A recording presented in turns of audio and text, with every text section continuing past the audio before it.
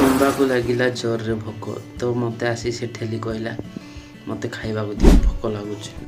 खाली किचन पटे चाहिए रहा केतल खाइबा को देवे बोली तो मु डाकिलार आसला पाखक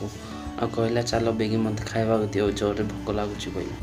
सेतबेले मत मन पड़ला जे आज सकाळे मु चिकेन आनी सकाळ खाई नथिला तो चिकेन एबे सेति पे भोक लगी जाउछि जल्दी जल्दी किचन को जाई देखिली फ्रिज खुली की तो चिकेन अच्छी चिकेन टा टे काढ़ी किछ पीस काढ़ी से पीस गुड़ी को भल भाव धुआं धुई करके बॉयल करवा को बसई देली से टिके लुण आउ टिके हलदी गुंड पकईकी भल से सिझे देली सिझुची ना नाई सिम्बा आसिक चेकिंग करिया लगिला आसिक ऊपर को देखुची सिझी गला ना नाई बोली देख ऊपर चढ़ी देखिला ना तड़ को जाए बसी पड़ी अनाऊे देख केमी अनाऊे केतबले हम मुझे खाईदे बोली देखु देखु सिम्बार चिकेन टा सिझीगला से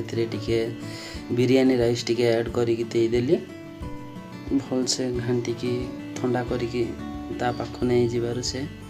खुशी रे खाईगला।